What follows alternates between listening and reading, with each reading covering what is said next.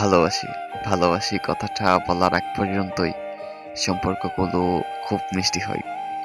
লুকোচুরি করে দেখা, চোখে চোখ পড়তেই হঠাৎ মাথা নিচু করে অন্য কিছু করার ভান করা, দূর থেকে বাতাসে ভেসে যাওয়া তার অবুঝ দেহের ঘ্রাণ, হঠাৎ সামনে পড়ে গেলে মাথায় আকাশ ভেঙে পড়ার মতো কিছু, রাত জেগে হাজার কল্পনা, খেতে গেলে, ঘুমাতে গেলে, এমনকি ওয়াশরুমে গেলেও মাথার ভিতর ভিন্ন কিছু।